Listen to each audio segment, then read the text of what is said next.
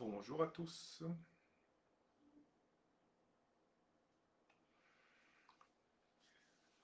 Bonjour à tous pour cette deuxième soirée autour du 8e congrès mondial du TDAH. N'hésitez pas, j'attends un petit peu que vous arriviez. Et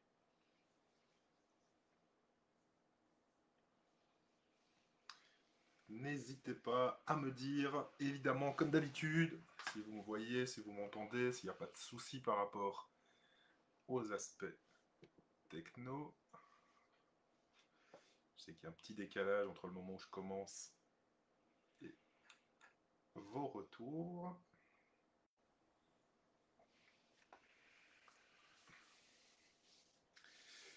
Bonjour Linda, pas de souci. Bonjour Megan, bonsoir Megan, oui. Donc, pas de problème, c'est super ça. Donc bienvenue pour cette deuxième session, effectivement, de résumé du 8e congrès mondial TDAH. Bonsoir Stéphane, bonsoir MVUS. Donc, tout fonctionne bien, super. Bonsoir Oum.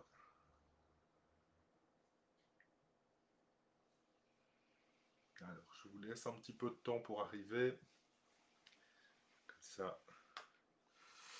Marie-Charlotte, bonsoir, je n'entends rien. Alors dites-moi effectivement, pour les autres, c'est bon? On entend?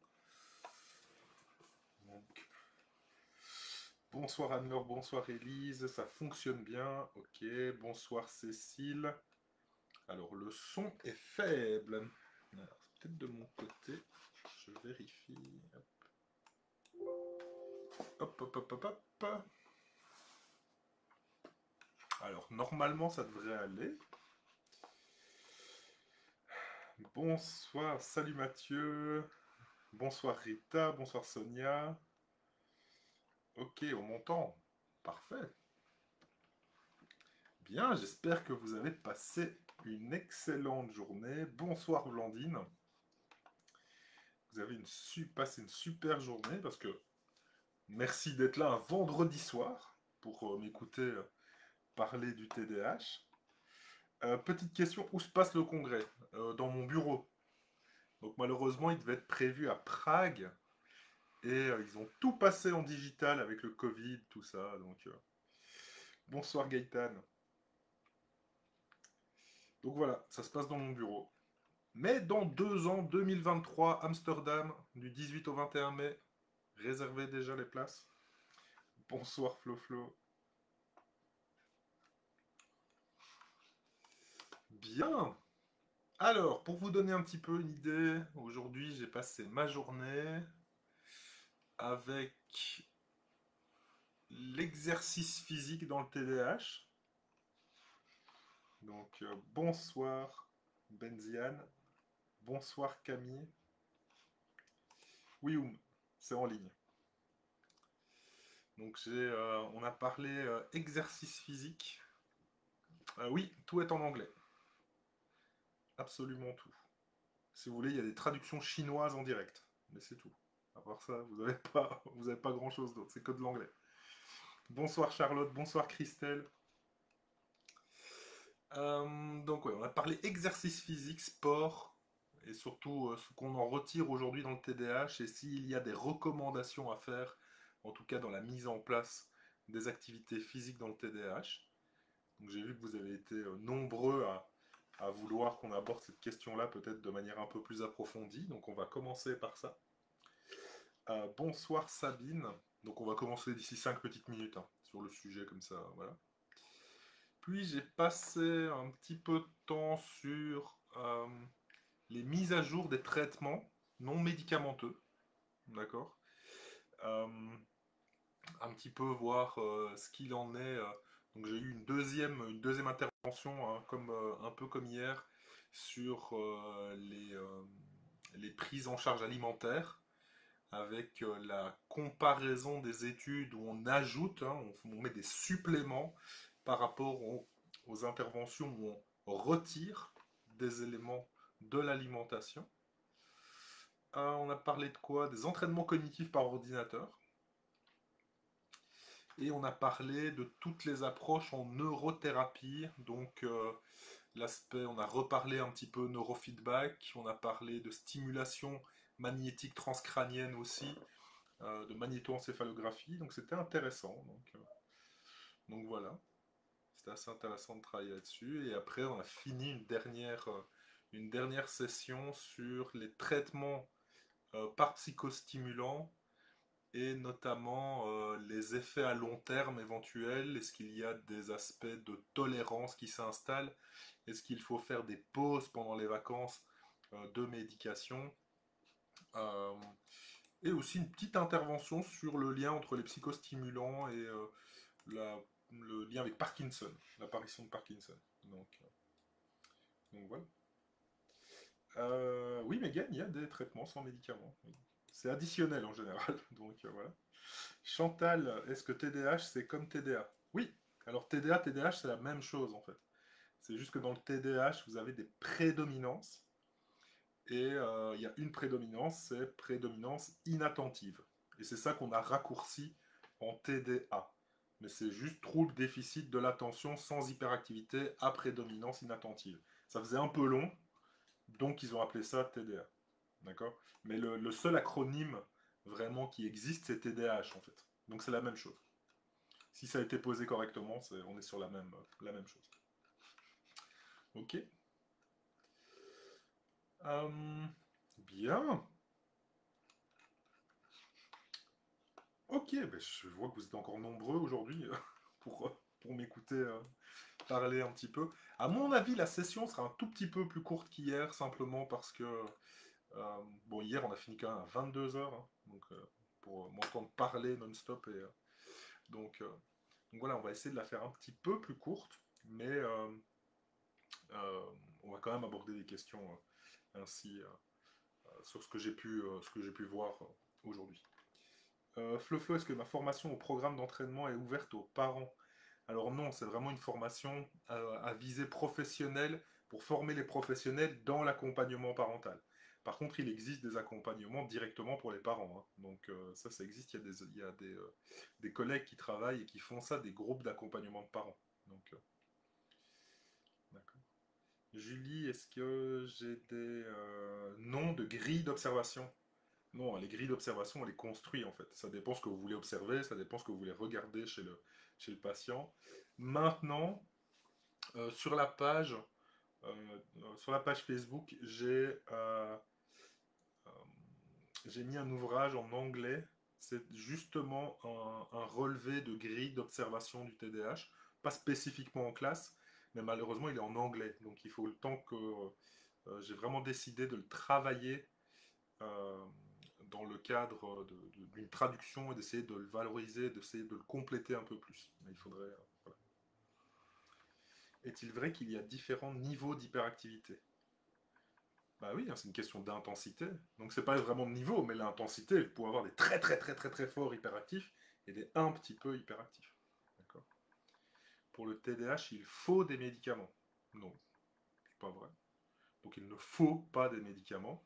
C'est efficace quand c'est bien posé, quand c'est bien accompagné, mais dans tous les cas, on peut tester d'autres choses si le retentissement n'est pas suffisamment important. On peut essayer d'autres choses quand même. Sabine, est-ce que le TDA n'est pas plus long à diagnostiquer que le TDAH? Non, si c'est fait par quelqu'un qui s'y connaît vraiment bien, il n'y a, pas Non, ça va. C'est pas plus difficile si on fait bien, on a un protocole d'évaluation, donc voilà, c'est un petit peu ça. Si c'est bien fait avec quelqu'un qui s'y connaît et qui est capable d'exclure quand même une grande quantité d'infos, je pense pas qu'il y a de grandes difficultés. Euh, alors pour Julie, hop, tac. Si vous voulez regarder, il y a cet ouvrage-là. C'est le journal parental pour les enfants avec TDAH.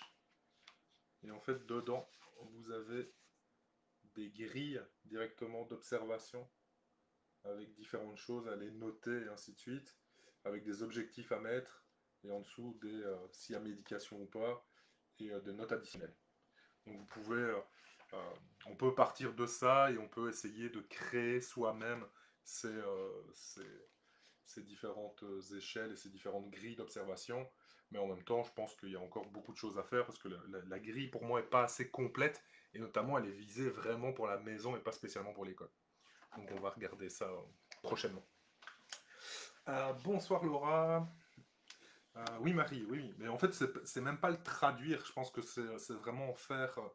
euh, je trouve l'idée extraordinaire, en fait. Elle est vraiment bien, même pour les parents, pour les professionnels qui souhaiteraient accompagner les, euh, les parents. C'est vrai que c'est assez intéressant. Donc, voilà. Alors, d'ici 3 minutes, on commence sur le résumé. Je réponds juste aux dernières questions.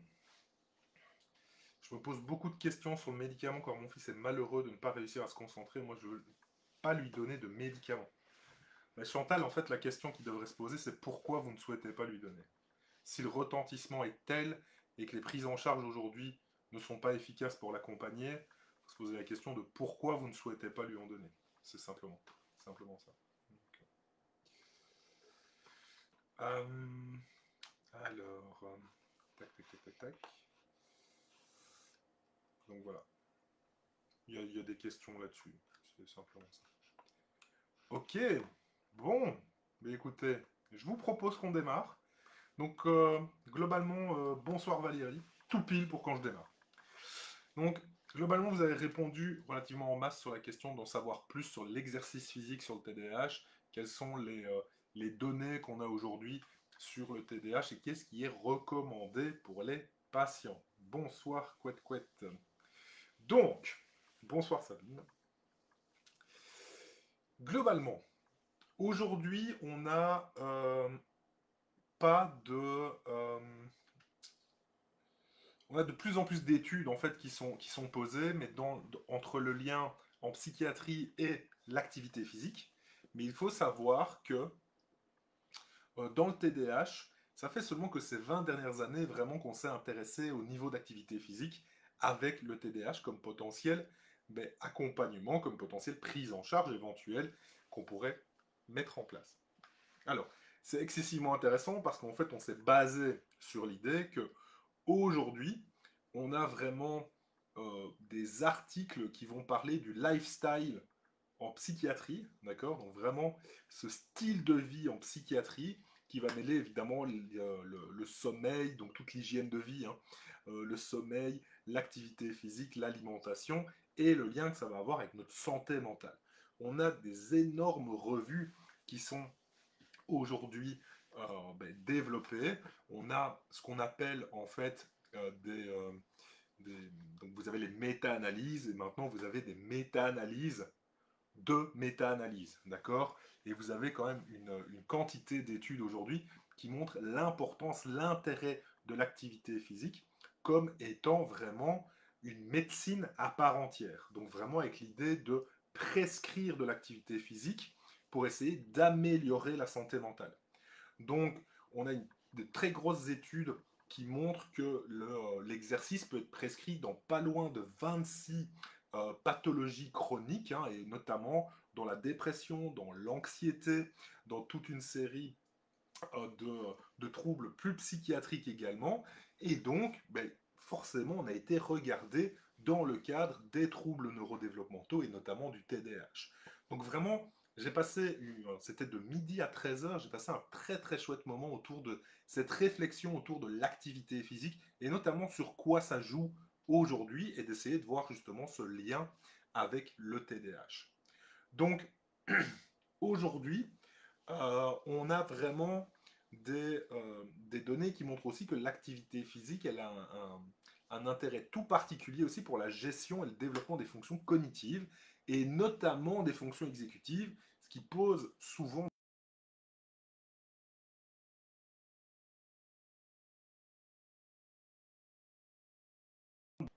Hop, ah, voilà, ça revient. Donc, de l'activité physique en lien avec les fonctions exécutives dans le TDAH, et justement sur la capacité qu'on va avoir aussi, hein, dans le cadre des activités physiques, de développer éventuellement les aspects psychomoteurs. Donc, quand on voit tout ça, l'activité physique, ça peut répondre à pas mal de choses, à pas mal de difficultés aujourd'hui qu'un patient avec un TDAH pourrait avoir. C'est-à-dire qu'on a des études qui nous montrent que le TDAH a plus de difficultés au niveau de la régulation motrice et même des performances motrices de manière générale. On va avoir les difficultés cognitives éventuellement qui peuvent apparaître.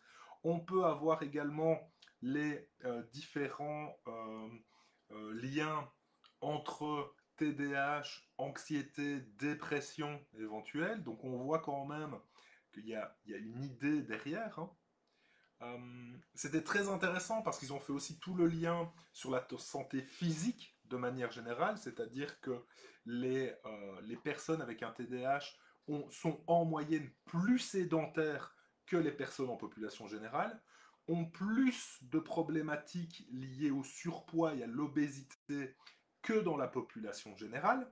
D'accord? Donc il y a vraiment un lien entre le moins d'activité, les troubles internalisés aussi qui s'ajoutent, hein, l'anxiété, la dépression, le lien avec justement ces aspects de moins d'activité physique, d'où l'obésité, les problèmes éventuellement cardiovasculaires qui peuvent apparaître. Et donc, toute cette question autour de remettre en action les personnes TDAH, eh ben, elle se pose réellement aujourd'hui. Alors que, à l'opposé, on a une vision justement de dire « Oh, mais quelqu'un d'hyperactif, il n'arrête pas de bouger, il est toujours en action. » Eh bien, en fait, les données montrent justement l'inverse. On va avoir, oui, une activité, une hyperactivité, mais souvent, cette hyperactivité, elle est focalisée à un endroit, et on a une tendance à bouger sur place, on a une tendance à bouger dans sa maison, mais on est relativement sédentaire, et on ne va pas considérer ça comme une activité physique. D'accord? L'activité physique, elle est vraiment en lien avec un effort qui est fourni à viser justement d'activité. L'hyperactivité n'a pas cette vocation-là. Donc, on voit quand même qu'il y a des problématiques de santé, donc comme je vous ai dit, hein, pression sanguine, difficulté cardiaque, obésité. Pourquoi? Simplement parce que l'impulsivité peut entraîner aussi une plus grande consommation de calories. On en parlait justement hier sur les consommations éventuellement de sucre, de boissons énergisantes, de boissons très sucrées, et ainsi de suite. Donc on a quelque chose de l'ordre de la santé. Okay, on a une question aussi de l'ordre cognitif et moteur qui se pose. Et donc on se dit que comme les aspects d'exercice et de pratique physique ont vraiment cette idée de développer cet aspect-là, ben dans le TDAH, ça devrait être une recommandation de base. D'accord? Donc ça, c'est pour vous placer le contexte un petit peu de pourquoi on s'intéresse à l'activité physique dans le TDAH. C'est pas tant pour essayer de libérer des choses, c'est parce que en fait, il y a tellement de problématiques potentielles liées au TDAH, aussi bien de santé que cognitif, qu'on a pu avoir une activité en particulier qui pourrait venir intervenir pour essayer de gérer cet aspect-là, comme on le montre dans la psychiatrie de manière générale. C'était ultra intéressant justement pour aller chercher ces aspects-là. Et c'est ça qui m'a fait dire aussi que j'étais pas totalement à côté de la plaque quand j'ai fait l'intervention sur l'hygiène de vie de manière générale, où j'avais parlé rapidement de l'activité physique, et notamment de l'intérêt de l'activité physique, c'est pourquoi on en fait. Globalement, l'activité physique, elle va être là pour gérer non pas le TDAH, mais tout ce qui en découle. D'accord? Donc pour essayer de diminuer la possible anxiété, la possible dépression, pour anticiper des difficultés de problèmes sociaux éventuels, pour justement améliorer la santé physique globale. Donc vraiment, au même titre que dans la population normale, c'est d'autant plus important dans la population TDAH, simplement parce qu'il y a des problématiques spécifiques qui peuvent s'installer en lien avec ça. Donc on est vraiment sur la gestion de comorbidités qui peuvent s'additionner au TDAH et qui peuvent l'aggraver. Okay, donc on a vraiment cette idée de mettre de l'activité physique de base, vraiment, avec l'idée de gérer ou d'empêcher d'apparaître tout ce qui va être anxiété, dépression, problématiques sociales et problèmes de santé physique. D'accord? Donc on a vraiment quelque chose là qui s'installe et qui va vraiment être ultra intéressant. Après, évidemment, il y a toute la question de que recommande-t-on? C'est-à-dire, quelles sont les meilleures recommandations qu'on va faire aux personnes TDAH, c'est-à-dire quel type d'activité physique on va leur proposer. C'était vraiment super intéressant dans le sens où moi j'entends énormément de vidéos d'interventions sur des trucs un peu, je vais dire, comme j'appelle un peu racoleur, voilà, où vous avez une vidéo, quel sport pour le TDAH, quelle est l'activité physique à faire quand on est TDAH. Eh bien, objectivement, la réponse, c'est celui dans lequel on prend le plus de plaisir. La seule variable, donc en fait, on a des études sur l'activité physique et le TDAH, et notamment la notion d'abandon de l'activité physique. D'accord? C'est-à-dire que quand on est TDAH, il y a plus de chances qu'on abandonne une activité. Okay? Donc ça, déjà, c'est quelque chose qui est intéressant à savoir. C'est-à-dire que le taux d'abandon des activités physiques dans lesquelles s'impliquent les personnes TDAH, il est plus élevé qu'en population normale. Donc en fait, il faut qu'on essaye de faire en sorte qu'il y ait une forme d'adhérence à l'activité qu'on va faire. Donc on regarde quels sont les critères à avoir pour qu'il y ait une meilleure adhérence et donc une poursuite de l'activité physique chez les personnes TDAH. Et bien, en fait, le meilleur prédicteur pour ne pas abandonner, c'est la valeur attribuée à l'activité et le plaisir qu'on va recevoir de cette activité. D'accord? C'est pas le fait que cette activité-là, elle est vraiment mieux parce qu'elle permet de mieux se libérer, ou cette activité-là, elle est vraiment mieux parce qu'au niveau cognitif, ça développe des choses. Rien à voir, c'est l'aspect motivationnel. Et c'est le seul facteur, en fait, qui intervient. Donc, si vous êtes parent et que vous cherchez un sport pour votre enfant, ne cherchez pas un sport spécifique au TDAH, demandez-lui ce qui va lui faire le plus de plaisir. L'idée, c'est que s'il ne sait pas, il faut tester. Aujourd'hui, il n'y a pas en fait, il n'y a pas de meilleur sport TDAH, il n'y a pas un aspect de il ne faut pas faire ça parce qu'il est TDAH, c'est littéralement lié au plaisir que l'activité qu'on va réaliser nous donne. D'accord? C'est pour ça par exemple qu'ils ont fait des études comparatives entre le sport, le yoga et les activités physiques de type aérobique, c'est-à-dire courir et ainsi de suite. D'accord? En fait, on s'aperçoit que les abandons les plus fréquents sont dans le yoga par rapport au TDAH, simplement parce que la plupart du temps chez les enfants, en fait, ce n'est pas une activité qu'ils ont choisie eux, c'est une activité qu'on leur a imposée, et donc ils abandonnent. On voit que l'aspect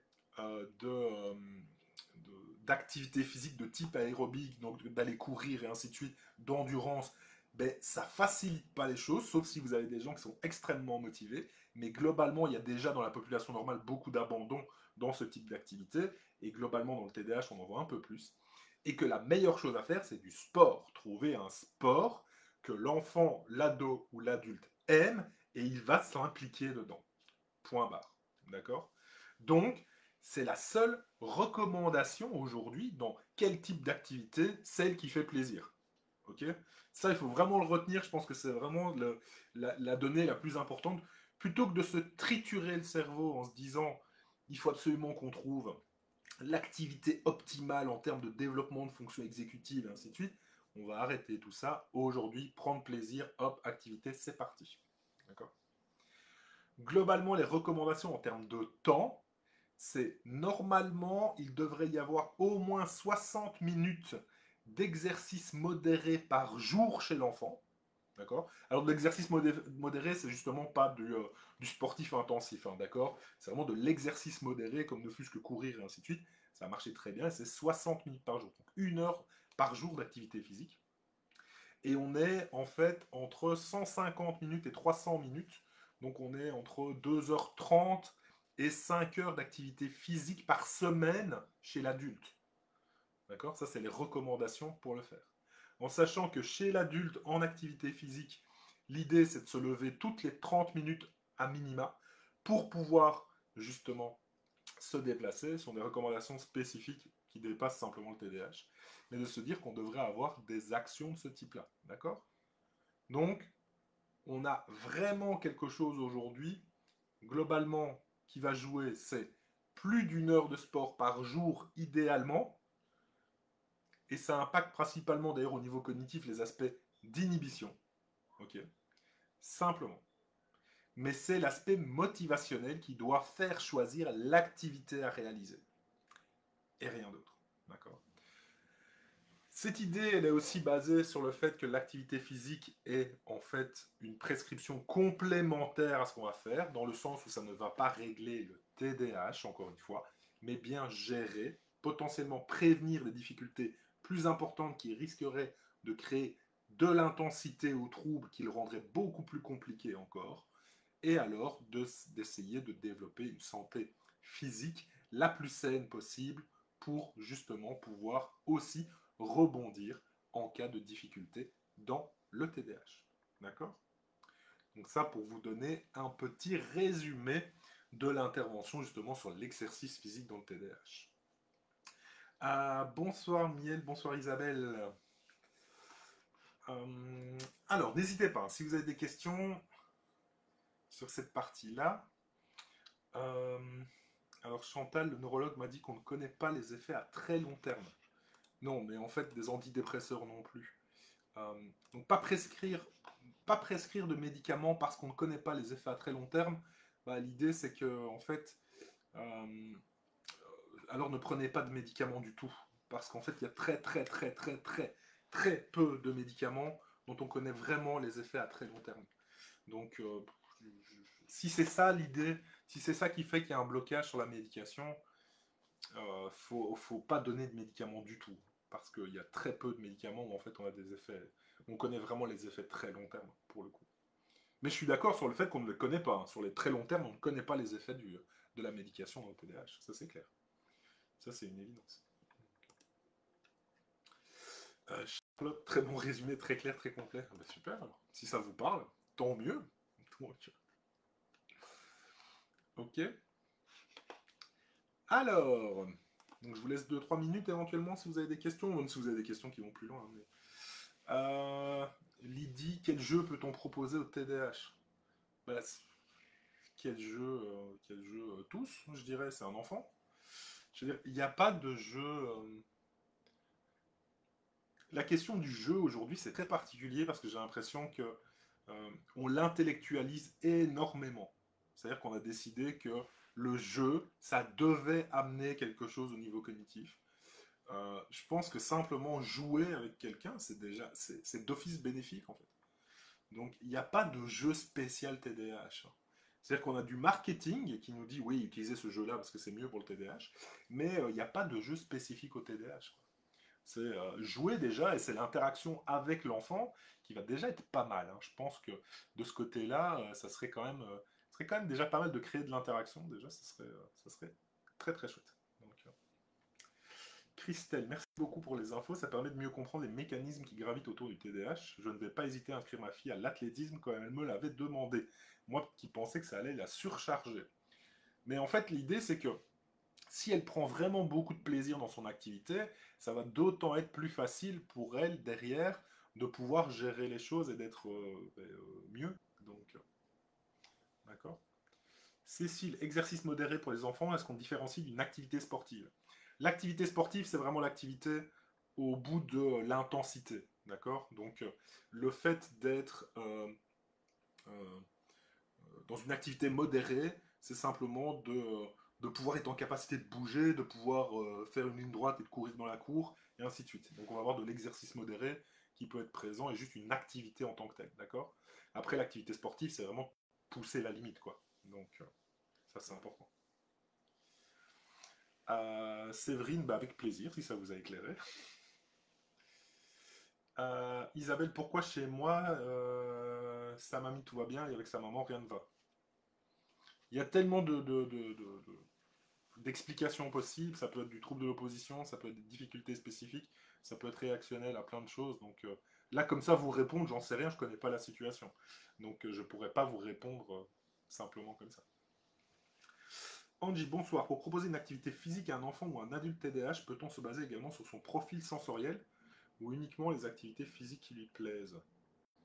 Mais potentiellement, Angie, le truc, c'est que quelqu'un qui va avoir des particularités sensorielles spécifiques, il va pas aller vers certains sports qui vont pas lui convenir. Donc je pense que l'un va aller avec l'autre. Mais je pense que limiter, par exemple, ou faire de la sélection d'activités sur base d'un profil sensoriel, si ça ne dérange pas la personne, je pense que ça serait le limiter en partie. Donc on se base d'abord sur les activités physiques qui vraiment lui plaisent. Et après, de toute façon, les choses qui vont plus lui plaire vont être celles qui le dérangent le moins. C'est un petit peu ça. Si vous êtes dans un... disons que si vous avez une particularité auditive très spécifique avec un profil, je veux dire une hyper sensorialité auditive, et bah, ça m'étonnerait que vous jouiez au bowling, quoi, par exemple. Parce que ça va être compliqué. Même si vous adorez ça, ça va être plus compliqué. Mais donc, même si ça vous plaît, ça va tellement déranger qu'au final, vous n'irez pas vers cet aspect-là, ça va perdre de la motivation. Donc, je pense qu'il y a quand même, l'un va aller avec l'autre. Mais ça serait intéressant, je vous dis ça de manière totalement empirique, hein. Moi, là, je n'ai pas en tête d'études ou comme ça, de trucs en particulier, mais pourquoi pas? Enfin, c'est à voir. Mais je pense que le problème se fait dans l'autre sens, par contre. Mathieu, c'est vrai que le plaisir est au centre de tout, mais d'autant plus dans le TDAH pour la régulation dopaminergique. Ouais, bah oui, hein. C'est pas totalement au hasard, hein. Donc, le temps calme est-il aussi important que l'exercice physique au quotidien pour l'enfant TDAH? Ça va dépendre de l'enfant. C'est-à-dire qu'il y a des enfants qui ont nécessité d'avoir des moments calmes. D'accord. Il y en a qui préfèrent le yoga aux activités sportives. D'accord. Des activités, hein. Il y en a qui préfèrent le yoga. Donc ils préfèrent se positionner, et ainsi de suite. Mais il y en a d'autres qui n'ont pas besoin de ce temps-là. D'accord. Donc, qu'il ait à disposition par moment parce qu'il en a besoin, pourquoi pas. Maintenant, il y en a qui vont avoir moins besoin de ces aspects. C'est clair. Nathalie. Donc, pour le choix du sport, l'idée serait de tester plusieurs sports pour l'enfant. Le nôtre n'arrive pas à se décider. Il fait du judo et vous continuez malgré le fait que c'est difficile pour lui niveau concentration et respect des règles. Je ne sais pas trop quoi lui proposer. Est-ce qu'il est motivé à faire du judo? Est-ce que...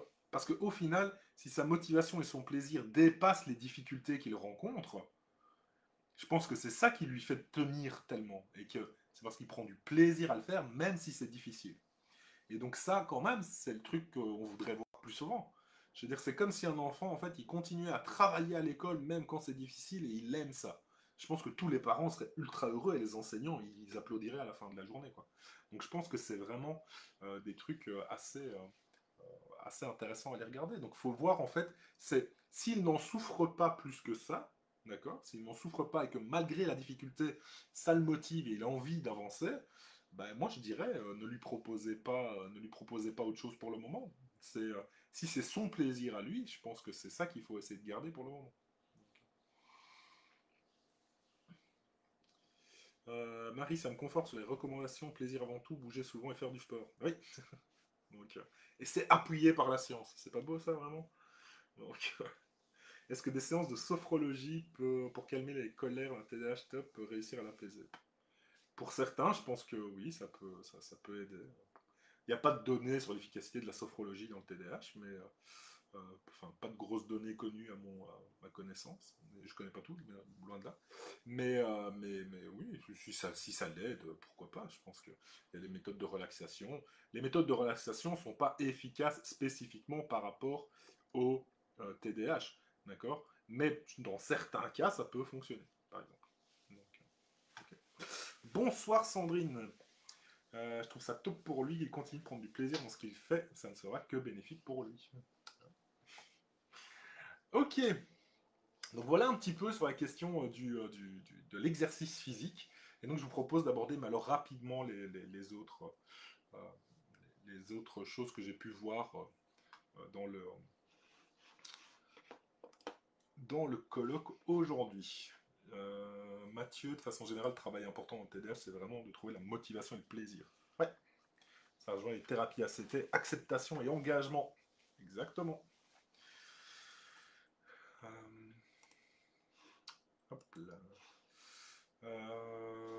Alors, il me semble qu'une étude a été faite sur la pratique de la cohérence cardiaque dans le TDAH. Alors oui, j'en ai vu passer, moi, il y en a plus qu'une sur la cohérence cardiaque, mais ce sont souvent des études sur des tout petits échantillons et avec souvent des biais méthodologiques assez importants sur le fait que, par exemple, c'est la personne proche du patient qui note s'il y a des améliorations et ainsi de suite.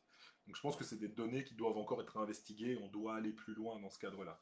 Donc oui, il y a des débuts en tout cas d'études, mais aujourd'hui, c'est pas reconnu comme étant pleinement efficace dans le TDAH. C'est simplement ça. Donc ça veut dire qu'on est sur le chemin et on doit confirmer des données qui apparaissent. Donc ouais, c'est les aspects de feedback, hein, clairement.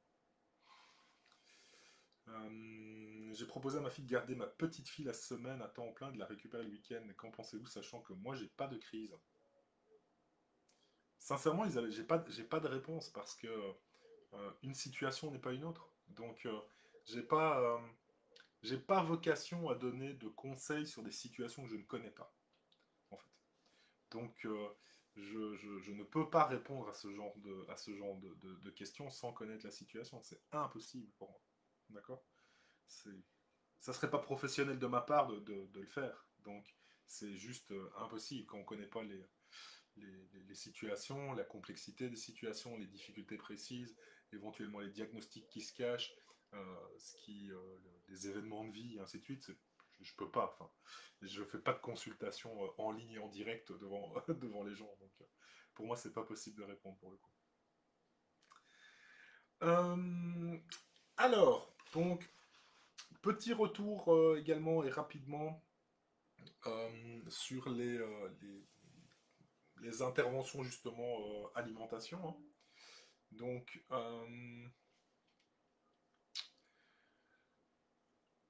deux parties. Donc, soit on ajoute des choses, soit on en retire. D'accord? Donc, en gros, quand on ajoute des données alimentation oméga 3, donc ça, on en a parlé un petit peu hier. Euh, la- alors, ça améliore les symptômes de TDAH chez des personnes qui présentent des carences en oméga 3 et en acides gras, d'accord? La taille d'effet est faible. Donc oui, ça peut être quelque chose qui accompagne le TDAH quand on a pu mettre en évidence qu'il y avait des difficultés supplémentaires. Donc ça va apaiser l'intensité de symptômes chez des patients qui en plus ont ont des déficits dedans. Donc ça reste quand même intéressant à pouvoir être en capacité d'évaluer ces aspects-là. Ok? Donc ça, je pense que c'est aussi assez intéressant de le regarder. Cet aspect oméga 3, acide gras, ça peut jouer en tout cas sur l'intensité de la symptomatologie dans le TDAH. Mais attention, qu'on doit viser des oméga 3 naturels, les compléments, les trucs les pilules d'oméga 3 et ainsi de suite, c'est à éviter dans le sens où on a très peu de recul justement sur ces aspects-là. Donc on vise les oméga 3 naturels, les noix, les avocats, le saumon, je pense. Le saumon, la truite, je sais plus. Mais le poisson gras de manière générale. D'accord? C'est vraiment vers ces aspects d'oméga 3 naturels qu'on peut avancer. Et il existe effectivement, alors il faudrait que je les trouve parce que moi je les ai pas en tête, mais il existe en fait des guidelines, donc vraiment des lignes directrices d'utilisation de ce type d'intervention dans le cadre du TDAH. Donc je vais chercher après parce que ça m'intéresse quand même pas mal pour encore une fois aider au maximum sur l'aspect hygiène de vie. Il y a toute la question des micronutriments et des aspects de vitamines, hein, d'accord, dont on parle euh, parfois, parce qu'en fait, on a montré que dans certains cas, le TDAH en fait pouvait empêcher la fonction métabolique de l'absorption de certaines vitamines, et donc même chose en cas de carence, ça peut être assez intéressant. Par contre, on doit viser des approches avec des multivitamines et pas spécialement du très ciblé à un moment donné, parce que ça semble beaucoup plus efficace dans ce cadre-là. Et ça joue aussi bien au niveau attentionnel, régulation des émotions, fonctionnement de manière générale. Encore une fois, l'effet est faible chez des profils de patients TDAH avec des particularités de cette fonction métabolique. Donc il y a quand même cette association qui peut être existante, mais encore une fois, ce n'est pas un traitement du TDAH, c'est un traitement TDAH plus autre chose, d'accord? Donc forcément, c'est dans ce cadre-là qu'on dit systématiquement que les approches nutritionnelles ne sont pas ciblées sur le TDAH, mais sur des difficultés qui peuvent être associées au TDAH. D'accord? Donc ça ne pourra jamais être un traitement du TDAH dans ce cadre-ci, ça va être une aide. C'est une aide supplémentaire qu'on va pouvoir mettre en place. Mais il ne faut jamais croire que parce qu'on met un régime en particulier en place, ça va gérer le TDAH. Non, ça va gérer une intensité de symptômes éventuels, des petites difficultés associées, mais le TDAH, il sera toujours là diète ou pas, hein. Donc vraiment gardez bien ça en tête, je pense que c'est assez pertinent et assez important à relayer de manière générale vers, par exemple, j'ai eu des discussions d'une longueur absolue avec des nutritionnistes, par exemple, et l'objectif était de jamais, moi j'ai jamais dit à aucun moment que les régimes, par exemple, c'était totalement inutile dans le TDAH, d'accord? J'ai juste dit que ça devait être adapté, et surtout dans le cas de personnes chez qui c'est nécessaire en plus de la prise en charge du TDAH. Donc pour moi, c'est une intervention complémentaire. C'est pas une intervention primaire, c'est complémentaire, et oui, ça peut aider les patients, peut améliorer les choses. Mais globalement, venir dire, mais on n'a qu'à faire des régimes pour que ça améliore les choses, ben non les gars, enfin ça c'est sûr et certain, là aujourd'hui on n'en est pas là, clairement, donc attention à ça. Pour tout ce qui est nourriture artificielle, les conservateurs et ainsi de suite, évidemment que c'est question d'hygiène de vie de base, hein. Donc ça touche, ce n'est pas spécifique au TDAH, c'est bon pour tout le monde, ok? Donc c'est un principe de précaution d'avoir une alimentation la plus saine possible. D'accord? Donc, partir d'un principe des colorants, conservateurs, ainsi de suite, c'est ça qui va gérer aussi les choses. Si on l'exclut de l'alimentation de manière générale, ça va régler le problème. Non, on sera toujours TDAH à la fin. Encore une fois, s'il y a eu des excès, la symptomatologie peut s'améliorer, mais elle ne disparaîtra pas. Et donc, on est sur des principes de précaution et de nourriture saine. Donc, c'est vraiment ça qu'on va viser. D'accord? Euh, je vous avais parlé hein, justement hier des régimes, je ne sais plus comment on appelait, je me souviens même pas du nom tellement c'était compliqué. Je vais le retrouver. Oligo-antigénique, voilà. Donc le fait on exclut en fait toute une série de produits allergènes de manière générale.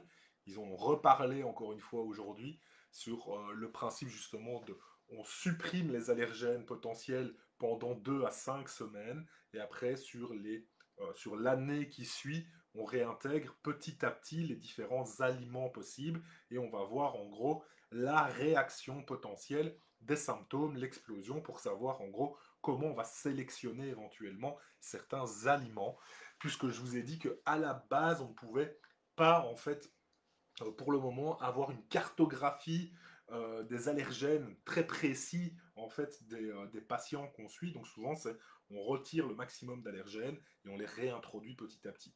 C'est-à-dire que dans les 2 à 5 premières semaines qu'on retire ces aliments, ce qu'on regarde, c'est déjà simplement de est-ce que les symptômes ont baissé. S'ils n'ont pas baissé, vous pouvez y aller, c'est qu'il n'y a pas de difficulté en particulier.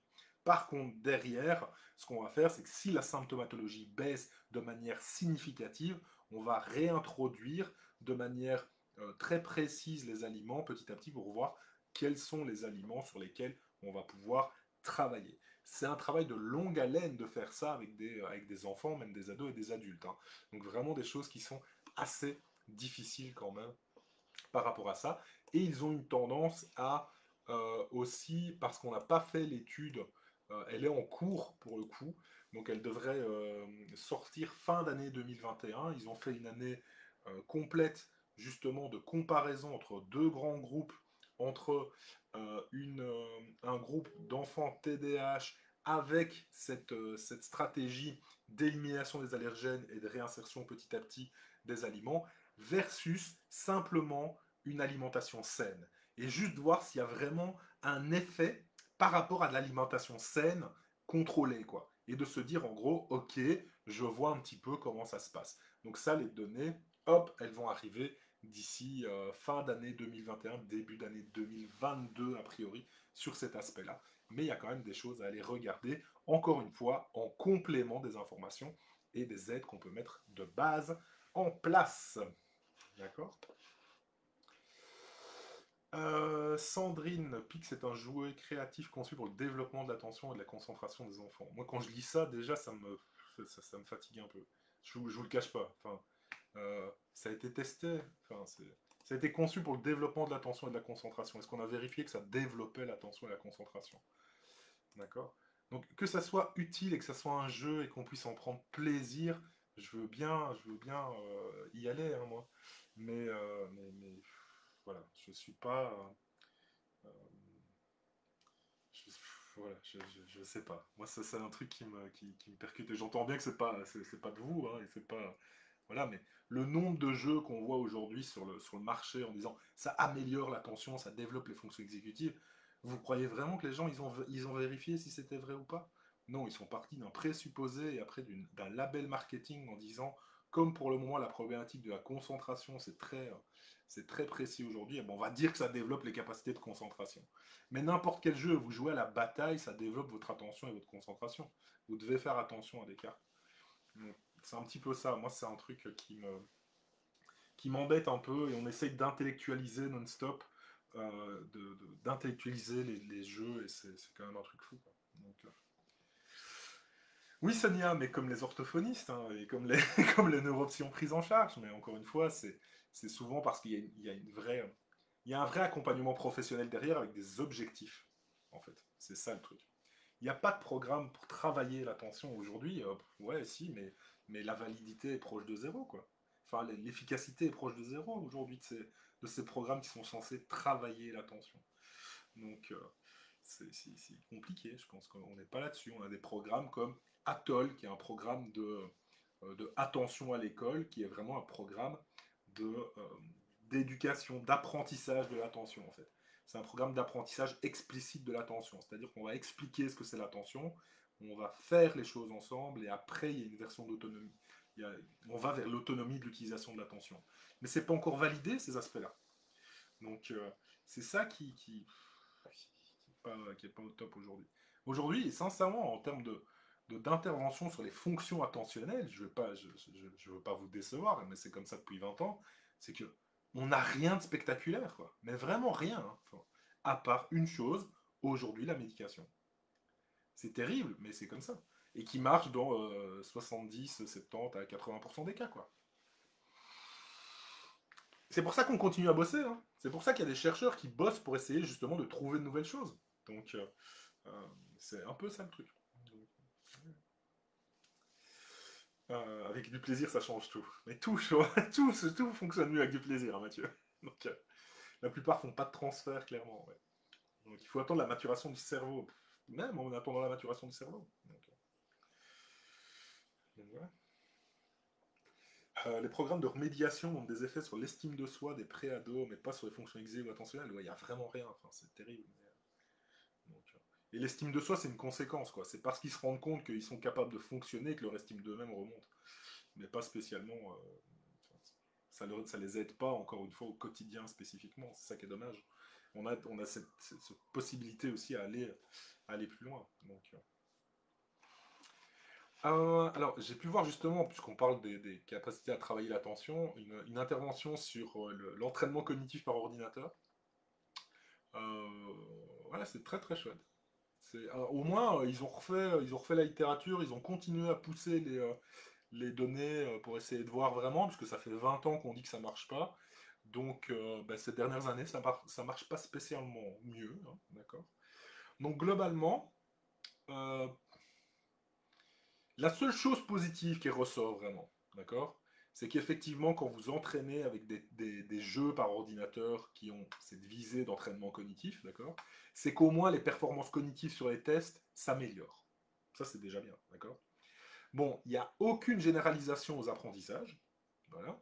Il n'y a aucune généralisation, il y a même très peu d'études qui regardent comment ça s'améliore au niveau de la symptomatologie clinique. Donc est-ce que ça va mieux de manière générale dans la vie de tous les jours?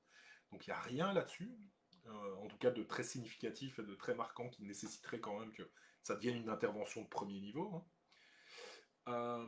Le côté très positif, parce qu'il y a beaucoup de gens qui s'inquiètent, oui, mais si on fait des interventions par ordinateur, d'accord, qu'on fait de l'entraînement cognitif par ordinateur, ça va faire d'autant plus de temps d'écran et donc ils vont être de plus en plus passionnés par les jeux vidéo ou par Internet. Eh ben, pas du tout. C'est-à-dire que les patients qui suivent des programmes d'entraînement cognitif par ordinateur ne passent pas spécialement plus de temps avant, après, sur Internet ni sur les jeux vidéo. Donc ça n'a pas de lien direct entre les deux, hein, d'accord. Euh, donc globalement, ça améliore les compétences cognitives entraînées. Voilà, il n'y a pas de transfert, il n'y a pas de lien avec les données cliniques. C'était très très chouette intervention quand même pour remettre le cadre simplement sur le point de vue de l'entraînement cognitif aujourd'hui. Il y a plein de choses qui sont encore en train de se développer pour le coup, avec des programmes qui essayent d'être plus ciblés, d'être plus précis et d'essayer de faire des transferts à la vie quotidienne. Mais globalement, aujourd'hui, l'entraînement cognitif, faut arrêter quoi. Enfin, faut pas commencer par ça, clairement. D'accord.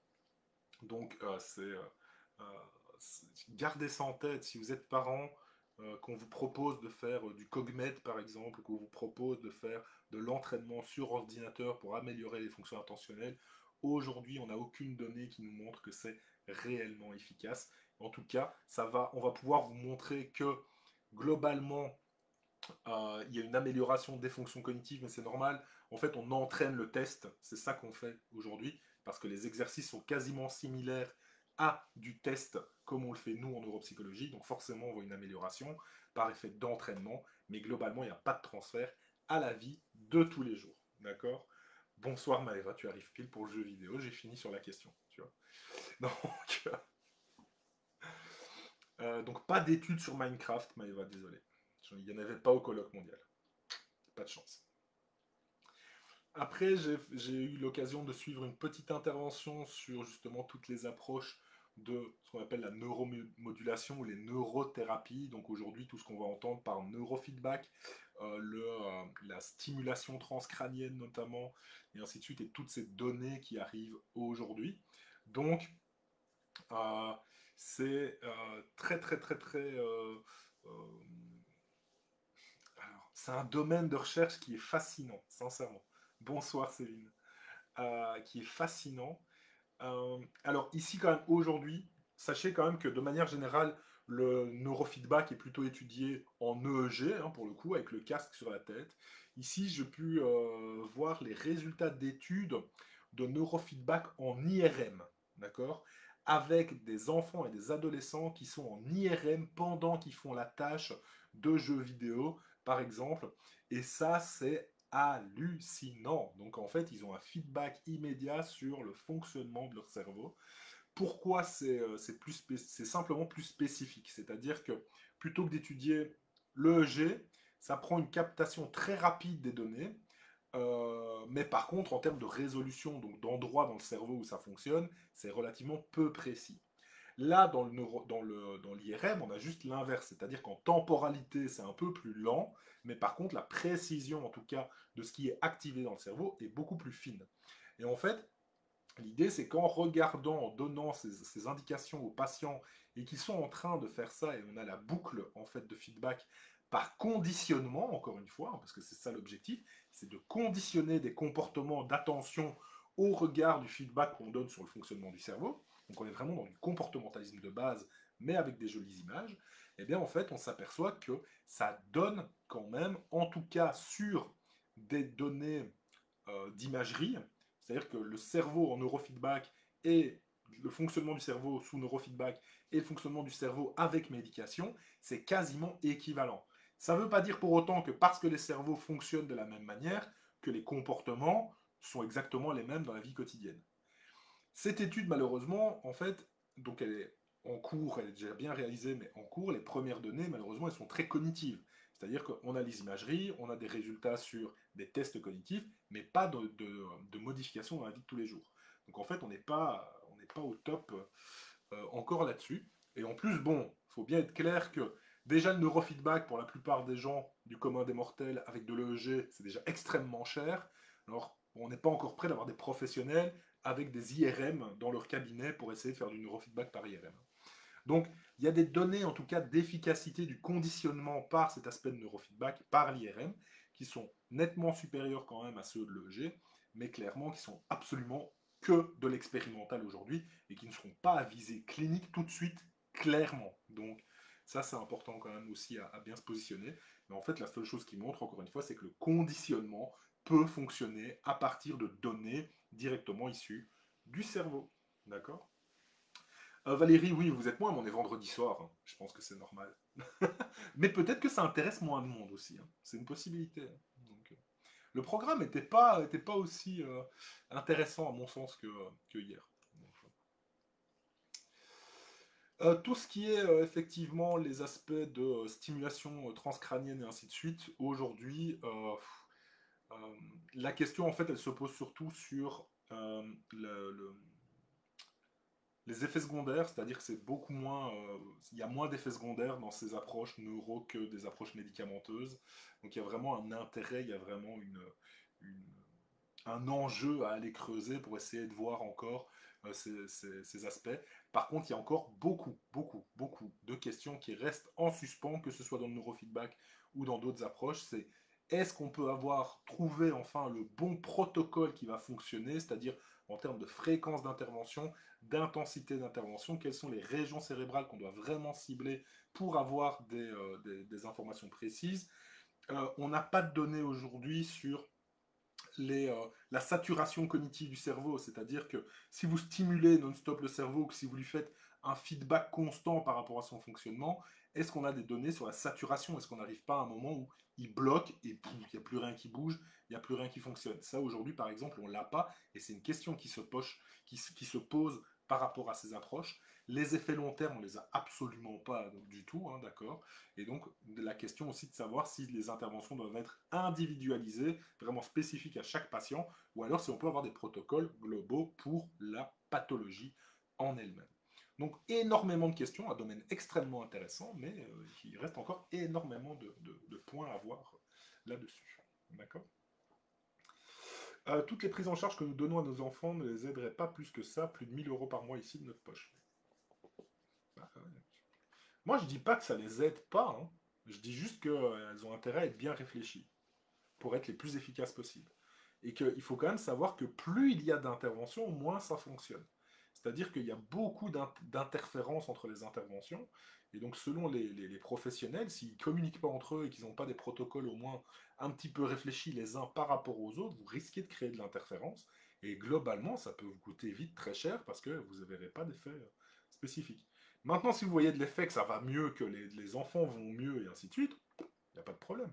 C'est juste qu'il faut, normalement, on a des lignes directrices de prise en charge qui sont voilà, rarement suivies. Soyons clairs.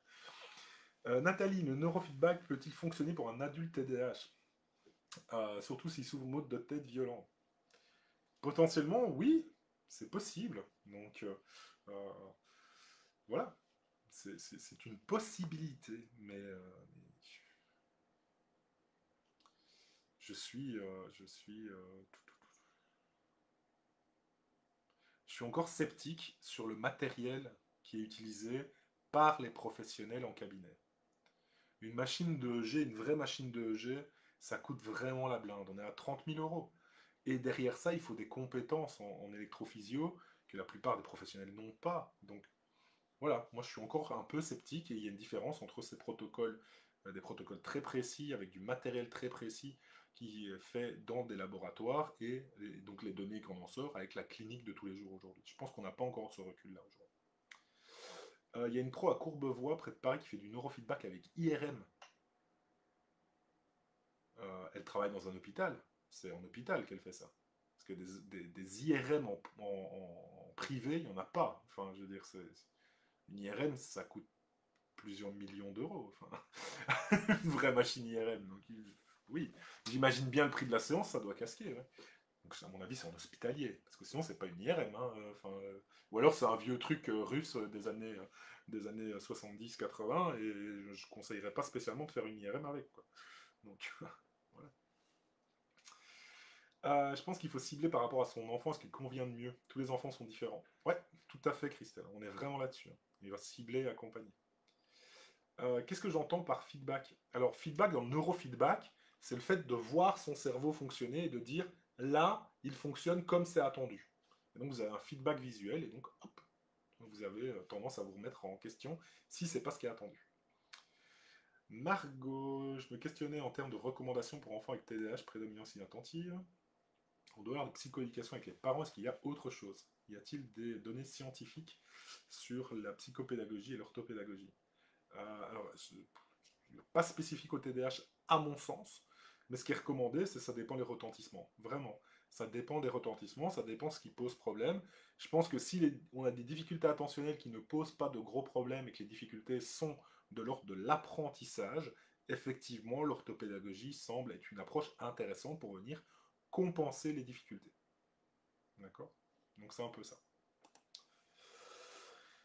J'ai acheté le casque MeloMind, ça aide bien, sauf que je vois mon cerveau qui est beaucoup stimulé, je ressens mon cerveau travailler plus. C'est très limité MeloMind, hein, c'est très très limité en termes de données, il n'y a pas grand chose qui sort hein, pourtant. Donc, qu'est-ce que je pense de la biorésonance magnétique? Je ne connais pas du tout Nathalie. Je sais pas. Je n'ai aucune idée. Flo, intégration des réflexes archaïques, est-ce que j'ai un avis? Oui. Il n'y a rien. Donc, voilà. Mon avis sur les réflexes archaïques, c'est qu'au niveau théorique, il y a quand même des trucs que ça pose question. Qu'il y a des gros raccourcis qui sont faits entre réflexes archaïques et troubles neurodéveloppementaux aujourd'hui. Je sais que je vais me mettre des gens, hein, je me suis déjà engueulé 1 million de fois avec des gens sur les réflexes archaïques, mais on parle pas de la même chose en fait. C'est-à-dire que si on parle, euh, si on parle science, on parle pas réflexe archaïque aujourd'hui. C'est un peu ça. Donc c'est juste ça. Voilà.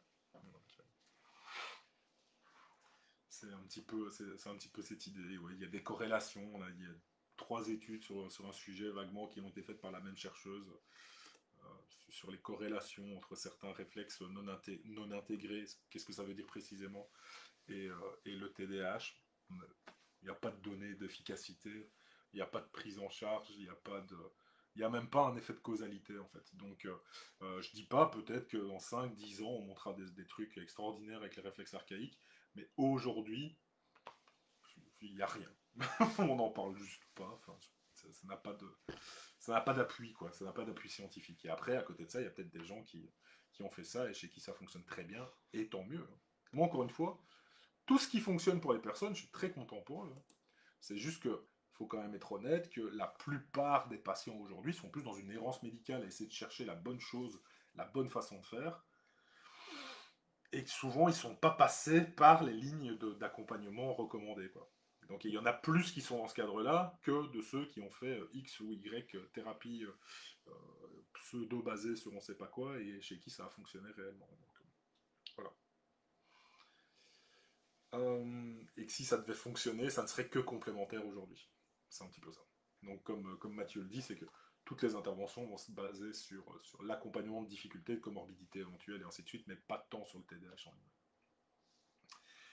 Et enfin, j'ai terminé sur une session autour des mystères autour du traitement. Donc, c'est... Mais non, sur la question de la prise en charge efficace aujourd'hui, je vous le dis, enfin, la prise en charge efficace aujourd'hui, dans 80% des cas, c'est la médication. Enfin, et on peut être contre, et j'ai pas de souci avec ça. Encore une fois, moi je suis pas pour, je suis pas contre. La seule donnée réelle efficace aujourd'hui, à 80%, c'est la médication. C'est dommage, mais voilà. C'est juste ça, quoi. Et qu'on continue à avancer pour trouver de nouvelles pistes. Mais que le reste, pour le moment, c'est en cours. On n'a pas vraiment de truc aussi efficace que ça. C'est dommage, mais c'est comme ça. Dans le cadre du TDAH, on n'est pas plus loin que ça, quoi. Ça n'empêche pas on avance et qu'il y a des nouvelles choses. Hein. Mais voilà. Donc, Sonia, la guidance parentale, elle n'est pas ciblée sur le TDAH. Le but de la guidance parentale aujourd'hui, c'est quoi? C'est de faire en sorte que les parents soient moins stressés et un meilleur sentiment de compétence parentale, comprennent mieux leur enfant, d'accord? Et l'acceptent mieux. Et donc soient capables de le gérer. Mais on ne modifie pas le TDAH. Donc, voilà. La guidance parentale, c'est recommandé, c'est absolument indispensable, c'est une première ligne, au même titre que la psychoéducation, mais vous ne jouerez pas sur les symptômes sur base de ça. C'est juste ça en fait. Alors la médication a une durée limitée dans la journée. Ben, oui, ça dépend de la médication. Ça va dépendre. On a des prescriptions sur 8 heures. Maintenant, ils sont en train de développer. Il y avait une session, j'ai suivi une session sur les nouvelles approches pharmaco.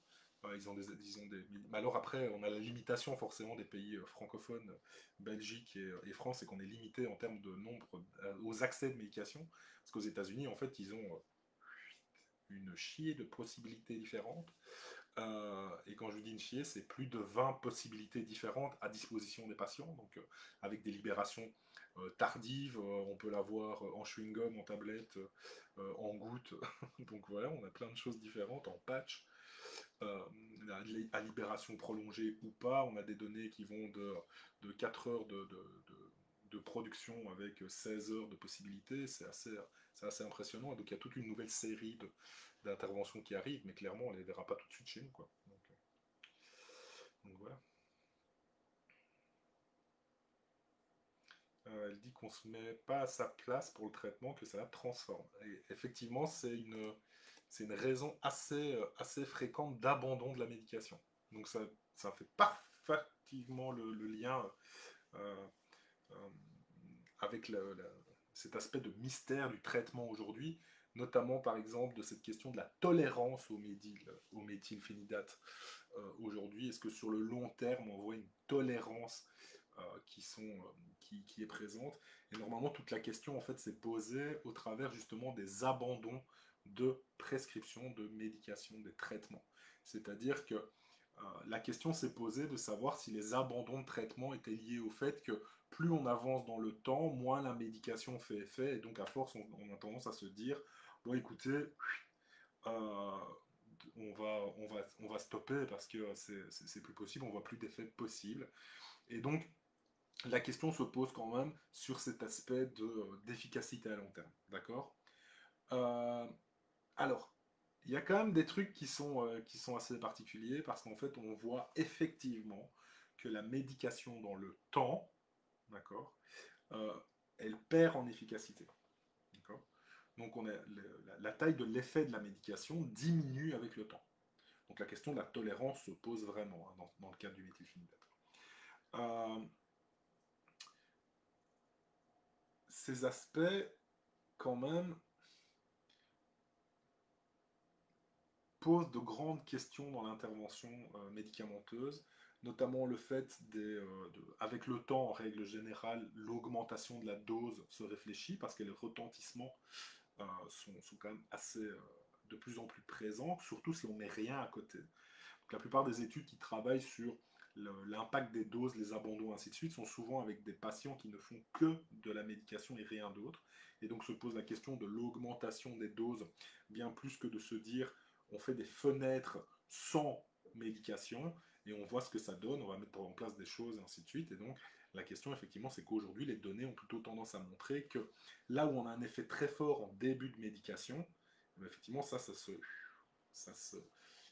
s'atténue dans le temps. Et donc ça explique aussi pourquoi il y a plus d'abandon, parce qu'on ne retrouve pas le même effet qu'en début de médication dans le temps. Et ces approches sont faites souvent sur de 8 à 24 mois maximum. C'est sur 2 ans, d'accord, qu'on regarde à peu près ces aspects. Donc on voit effectivement que dans le temps, il y a beaucoup d'abandon et que la question effectivement de la tolérance à long terme se pose. Alors, il est sans doute, et la question n'est pas totalement élucidée, mais c'est vrai qu'il y a une hypothèse sur le fait que sur des prises de méthylphénidate sur le très long terme, et quand on parle de très long terme, on est sur 3 à 4 ans, hein, max, hein, d'accord. Quand on parle de très long terme aujourd'hui. Et effectivement, il y a une probabilité quand même de développer une tolérance au méthylphénidate dans la prise en charge, mais malgré tout, pas chez tous les patients. C'est assez individualisé, donc ils sont encore en train de travailler pour essayer de comprendre les mécanismes qui amèneraient à cet aspect-là. D'accord. Donc la question de la tolérance à long terme, elle n'est pas définie aujourd'hui, mais il y a quand même des questionnements autour de la médication et de l'abandon de la médication en cours de route parce qu'on ne voit plus les mêmes effets qu'au départ, qui quand même se posent de façon assez importante. On a posé la question aussi de faire des breaks dans la médication, hein, donc il y a une autre intervention. Il faut savoir que déjà aujourd'hui, plus de 50%, que ce soit des parents, des ados ou des adultes, font des breaks dans la médication. C'est un peu ça l'idée. Hein. Donc, par contre, il y a toute une série de problématiques qui peuvent s'installer avec ces fenêtres justement sans médication, notamment pendant les vacances. Les problématiques qui peuvent intervenir sans médication, c'est les aspects sociaux qui vont être difficiles pendant les vacances, les accidents éventuels, les expulsions des activités de stage, et ainsi de suite, qui peuvent intervenir. Idem quand on fait des pauses pendant le week-end, étant donné que pour les devoirs, par exemple, ou pour la planification des activités de travail, ça peut être quand même plus difficile d'avoir l'absence justement de médication. Et qu'en plus, on a des effets rebonds possibles, parce qu'en fait, on passe d'une semaine ou d'une période où on était en dose pleine, et avec des zéro doses le lendemain, et après on reprend justement des doses full. Et donc en fait on a des breaks comme ça qui s'installent, et ça peut être euh, assez difficile, notamment d'accommodation aux effets secondaires dans la probabilité de médication continue, discontinue plutôt. Donc ça c'est vrai que c'est assez intéressant quand même de voir ça, hein. Je pense qu'il faut quand même y réfléchir. Par contre, il faut savoir que faire des breaks, ça permet quand même de diminuer les difficultés de sommeil, les pertes d'appétit, et ainsi de suite, sans augmentation des symptômes de TDAH. Donc ça, c'est aussi assez intéressant, c'est que ces breaks ne jouent pas sur la symptomatologie du TDAH et ont tendance justement à faciliter les difficultés de sommeil et l'appétit de manière générale. Donc ça, c'est quand même plutôt intéressant à savoir dans ce cadre-là. Donc c'est vraiment du cas par cas par rapport aux effets secondaires, par rapport au regard et aux impacts que ça va avoir. Encore une fois, je vois plein de personnes qui le disent clairement. C'est la question de, euh, du cas par cas, du cas précis de l'enfant, de se dire comment ça fonctionne au quotidien. On doit avoir une vision globale du fonctionnement aujourd'hui. D'accord. euh, Et alors, une dernière intervention sur justement le fait que la médication est-elle effective sur le long terme? Et effectivement, ce qu'on regarde, ce qu'on voit, c'est que oui, la médication perd en puissance dans le temps, clairement. Par contre, elle reste quand même toujours plus efficace qu'un placebo. Donc, on fait deux groupes où on va mettre des patients ont un traitement dès le départ, et la moitié de ce groupe, il ne le sait pas, va être soumis petit à petit à des placebos. Et en fait, ce qu'on va regarder, c'est l'intensité des symptômes, comment ça se passe, et ainsi de suite. On s'aperçoit que les gens qui sont en placebo quand même dans le temps, d'accord, et on parle de 36 mois, donc on est sur 3 ans, on va s'apercevoir quand même que la symptomatologie, elle revient quand même de manière assez massive, là où dans la prise de stimulants, effectivement, l'efficacité diminue, donc l'intensité des symptômes a tendance à réaugmenter, mais pas autant que dans le cadre où il n'y a plus de stimulation.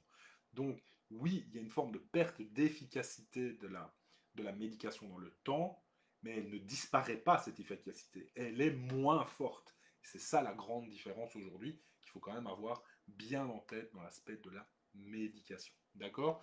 L'idée aussi, c'est qu'on a très peu de données et d'accompagnement sur les prescriptions et l'accompagnement de cette médication sur le long terme, et notamment de la pratique clinique, de l'accompagnement clinique de la médication chez les patients, et aussi au dosage optimal, qui est en fait un mix entre la pratique clinique, le besoin du patient, le retentissement et l'évaluation qu'on va en faire.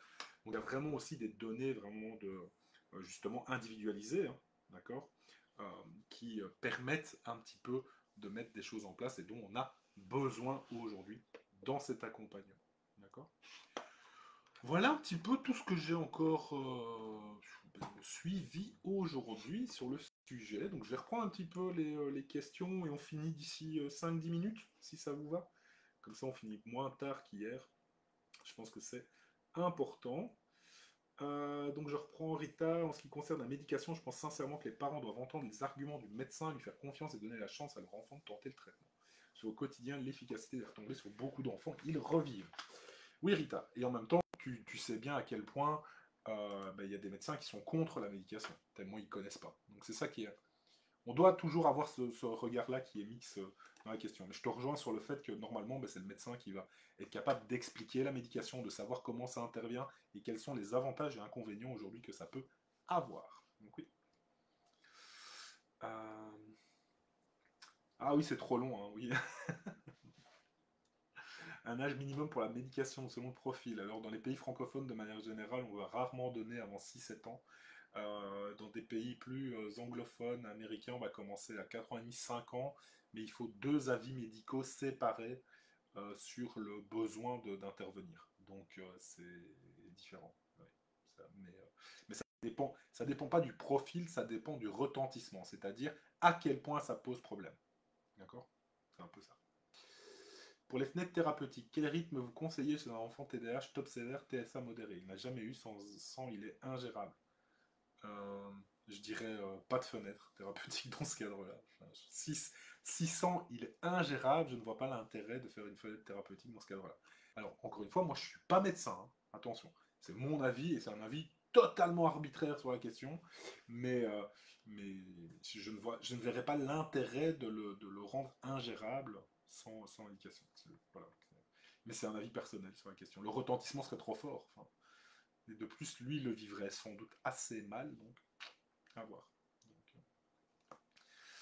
Y a-t-il des interventions sur les critères définissant l'efficacité des traitements et sur leur évolution? Oui, alors il y a eu des interventions, notamment hier, sur ce que c'est une intervention evidence-based, et notamment en médecine, de toute façon, ils n'ont pas le choix sur l'efficacité des médications, des traitements. Sur l'efficacité des interventions non pharmacologiques, evidence-based practice, et on est parti, quoi. C'est-à-dire qu'il faut des interventions randomisées, contrôlées, idéalement en double aveugle, avec des évaluations primaires souvent cognitives, des évaluations secondaires cliniques, et donc cette question de qu'est-ce qu'on évalue réellement chez les patients, avec des personnes externes qui évaluent l'amélioration des choses. C'est-à-dire des protocoles qui sont relativement lourds, qui sont impressionnants en termes de méthodologie, mais qui sont nécessaires pour savoir si on n'est pas en train de faire tout et n'importe quoi, justement. Voilà. Donc Élise, est-ce qu'il faut faire des pauses médicamenteuses? La question, elle reste vraiment individuelle, mais ça dépend, la réponse, elle est surtout sur la question du retentissement et à quel point c'est problématique, d'accord? C'est-à-dire que sans la médication, quelles sont les difficultés qu'ils risquent de rencontrer ou qu'ils vont rencontrer? Accidents, problèmes d'apprentissage, l'incapacité à s'accommoder au fait qu'ils passent de tout à rien et ainsi de suite. Donc c'est vraiment de l'individuel. Pour le coup, c'est de la pratique clinique qui va faire les choses. D'accord?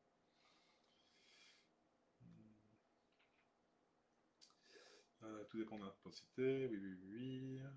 Tac, tac, tac, tac, tac. Est-ce que le méthylphénidate empêche de diminuer réellement la croissance? Alors, est-ce qu'il empêche de diminuer la croissance? Alors, la question, elle est inverse. C'est plutôt, je suppose, un Delphine, c'est est-ce que le méthylphénidate empêche la croissance? D'accord? C'est diminue l'accès à la croissance. Euh, alors, oui et non. C'est-à-dire que globalement, oui, c'est vrai que statistiquement, la croissance est relativement ralentie par le méthylphénidate. Mais la différence est tellement minime, on parle de 1 à 2 cm sur toute la vie, quoi. Donc, est-ce qu'on est prêt à payer est-ce qu'on est prêt à payer 2 cm de taille pour que le retentissement soit moins fort? La question se pose réellement. Donc voilà, c'est un peu. Donc oui, il y a quand même des effets sur la croissance de manière générale, mais la balance en tout cas entre les gains et l'impact que ça a est beaucoup trop faible en fait, tout simplement. Et souvent quand on arrête la médication, en fait, on a une espèce de pic qui recommence en termes de croissance directement. Donc voilà. Tac, tac, tac. C'est trouver des stratégies, oui, hein, exactement, hein, c'est traiter les stratégies. Je sais pas comment gérer l'hyperactivité en sortant de l'école. Cours, saute, partout, hurle. Ah oui, c'est problématique. Est-ce que c'est déjà fini? J'adore vous écouter. Oui, mais je reviens demain. Hein. Je suis là demain encore. Donc. Alors, le lien avec la maladie de Parkinson, Sylvie. Le lien avec la maladie de Parkinson, en fait, je vais l'aborder rapidement. La question, elle s'est posée parce que le méthylphénidate joue donc sur la recapture de la dopamine. D'accord? Et donc la question était, est-ce qu'un traitement au méthylphénidate ne risque pas en fait d'affecter la maturation des systèmes dopaminergiques et donc potentiellement on sait que ces systèmes dopaminergiques risquent de poser problème plus tard dans Parkinson et donc potentiellement le lien entre prescription, médication pour le TDAH et Parkinson à l'âge adulte risque de poser des questions. Mais globalement, non. Donc non, il n'y a pas de lien direct en fait. Le méthylphénidate n'intervient pas justement et n'entrave pas les systèmes de maturation dopaminergique.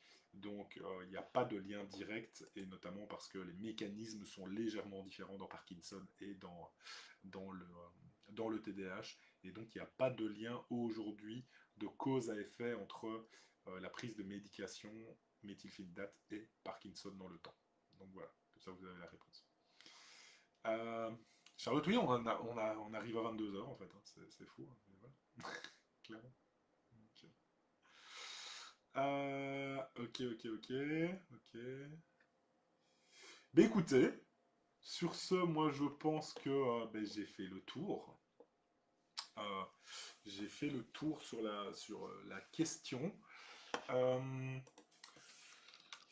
donc je reprends demain, 20h30 pour la troisième journée. Donc on va refaire une session pour cette troisième journée. J'ai décidé globalement de suivre euh, des interventions. Alors, hop, je reprends. Demain, je vais travailler beaucoup sur manifestement les facteurs environnementaux, donc les expositions aux polluants, ce qu'on mange pendant la grossesse, l'interaction gène-environnement et le TDAH. Euh, des interventions sur les pistes, les priorités dans la recherche sur le TDAH. Donc, que va-t-on développer dans le TDAH prochainement, en tout cas sur les prochaines recherches, et aussi vraiment un lien entre le sommeil et le TDAH chez l'adolescent. Ça, j'ai vraiment hâte de voir un peu ce qu'ils en disent et comment ils vont aborder la grande question, parce qu'ils essayent de faire des prises en charge sur le sujet. Et je pense que c'est une question qui se pose beaucoup, hein, le sommeil chez l'adolescent, notamment chez l'adolescent TDAH. Qu'est-ce qu'on va regarder d'autre? Forcément les interventions et l'impact du TDAH des parents, d'accord, sur le développement de l'enfant, sur les habilités parentales, donc vraiment ce lien chez le TDAH des parents et les habilités parentales sur comment ils sont en capacité d'élever des enfants quand eux-mêmes sont TDAH. Et enfin, l'utilisation de la télépsychiatrie. Alors, je suis un grand fan des consultations à distance et des interventions à distance, notamment dans la guidance parentale. Et il y a tout un résumé sur la question justement des suivis à distance, de la télépsychiatrie aussi bien en intervention que en évaluation. Donc c'est un petit peu mon programme pour demain. Delphine, vous inquiétez pas, de toute façon l'entièreté de la vidéo est sur la page Facebook et je la télécharge sur YouTube aussi demain matin. Donc faut pas hésiter à regarder au besoin. Donc voilà un petit peu la troisième journée à quoi je vais passer mon temps, d'accord. Et je vais regarder ça. Alors Valérie, normalement je vous ai envoyé un message, non? Vous n'avez pas eu un... J'ai pas répondu. Je sais que j'ai répondu à des gens hier qui voulaient des consultations, voir avec qui ils devaient prendre contact.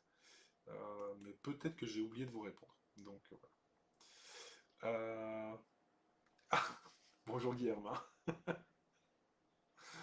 Donc, on se retrouve demain, 20h30, même endroit, et on va aborder tout ça, donc les pistes de recherche, le sommeil, et tout ce qui est facteurs environnementaux, et la téléconsultation des interventions à distance. Donc, je vous souhaite une excellente soirée, une fin de soirée en tout cas, et donc on se retrouve demain. Ciao.